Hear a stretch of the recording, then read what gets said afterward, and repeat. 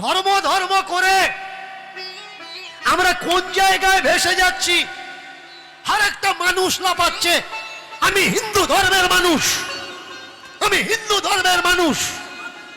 না ভাই, আমরা কেউই হিন্দু নয়। এই হিন্দু শব্দটা হচ্ছে ফার্সিদের দেওয়া একটা গালাগালি। ফার্সিরা এসে এসে এদেশের মানুষকে হিন্দু বলে দাবি করেছে।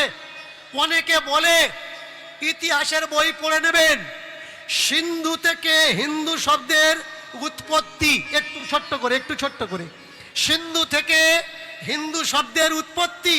কারণ এরা যখন সিন্ধুতে এসেছিলেন, সিন্ধু উচ্চারণ করতে পারতেন না, শকে হ উচ্চারণ করতেন, তাই সিন্ধুকে এরা হিন্দু বলতো।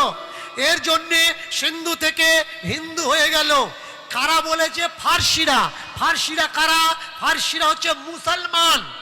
বলুন তো, সিন্ধুর স এরা উচ্চারণ করতে পারতো না, এর জন্য সিন্ধুকে হ বলতো। তাহলে মুসলমানের ভিতরেও তো দন্তের স আছে। মুসলমান না বলে মুহালমান কেন বলতো না? ইসলাম লিখতে গেলে দন্তের স আসবে, দ্বিতীয় অক্ষর ই আসবে প্রথম অক্ষর। তাহলে ইসলাম না বলে ইহালাম কেন বলল না?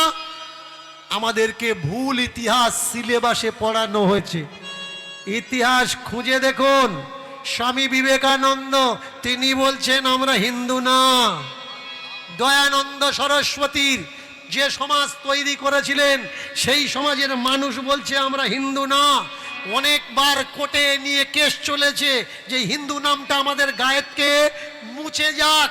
শুধু তাই নয়, স্বামী বিবেকানন্দ থেকে আরম্ভ করে মহাত্মা গান্ধী পর্যন্ত তারা প্রমাণ করে দিয়েছে আমরা হিন্দু না।